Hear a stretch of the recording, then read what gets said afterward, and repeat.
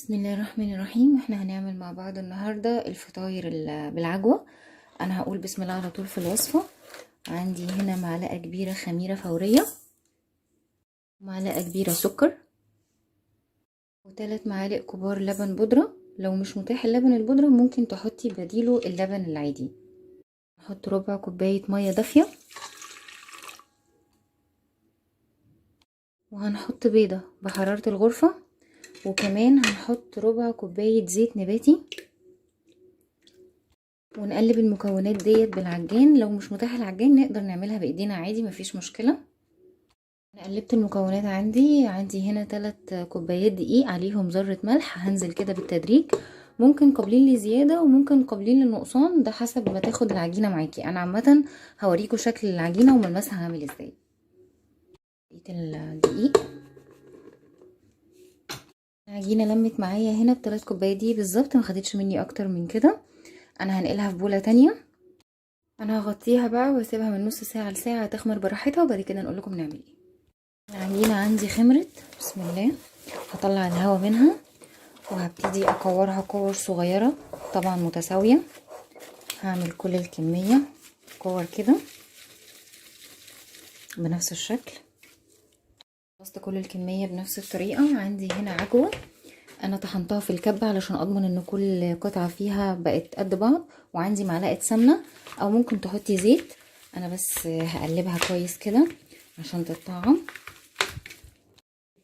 هاخد بقى قطعه هعملها كده، هبرمها زي الصباع الطويل كأنك بتعملي كفتة بالمنظر دوت. هعمل كل الكمية بنفس الطريقة عشان لما اشكل العجين تبقى سهلة بالنسبة لي في الحط على طول في الحشو، وما بقاش واخدة مني مجهود. افرد العجين، عايزة تفرديها بايدك افرديها، ممكن تفرديها بالنشابة مفيش مشكلة. انا هفرد كذا شكل هوريكم تعملوها ازاي.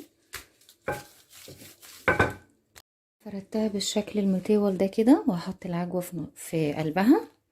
يقطع شرايح كده بالسكينة من الجنبين، وهبتدي اقفل دي على دي ودي على دي بنفس الطريقة كده كده اهو. ده شكل من ضمن الاشكال. انا رصيت الاولانية في الصاج اللي انا هدخله الفرن. نفرد بقى التانية اوريكم شكل تاني ليها برضو بالطول كده. وحطيت العجوة بس على الحرف، وهبرمها كده بالشكل ده، وهعملها كده اهو.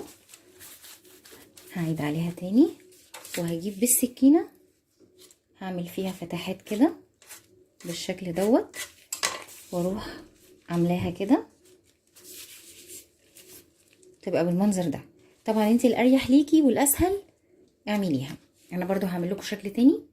فردت برضو العجينة كده، هحط العجوة وهقفل دي كده اهو بنفس الشكل ده، وهجيب السكينة هعمل فيها فتحات من هنا. انت ليكي مطلق الحرية تعملي الشكل اللي يريحك والاسهل بالنسبة لك. برضو لما تيجي تبرميها كده هتبقى دي كلها فتحات، وده برضو شكل من ضمن الاشكال. انا هخلص بقى كل الطريقة بنفس المنظر كده، وبعد كده اقول لكم نعمل ايه. خلصت كل الكمية بنفس الطريقة اللي انا قلت لكم عليها. عندي هنا معلقتين لبن وعليهم رشة نسكافيه. هسقسق بس كده من الوش. انا طبعا مشغله الفرن عندي مسبقا. هدخلها من تلت ساعة لنص ساعة حسب الفرن بتاعتك، ولو عايزة كمان ترشي شوية سمسم عليها من فوق او حبة بركة، دي حاجة اختيارية. طلعه لكم بقى بشكلها النهائي. ده شكله النهائي بعد ما طلعته من الفرن. عايزة اقول لكم ريحة الخبيز في البيت بتجيب البركة، وبجد قالب الشقة. اتمنى ان انتوا تجربوه هيعجبكم جدا، ويا ريت تسيبوا لي كومنت تقولوا رايكم فيه ايه. انا عايزه اوريكم بس ان هو هش وطري وجميل.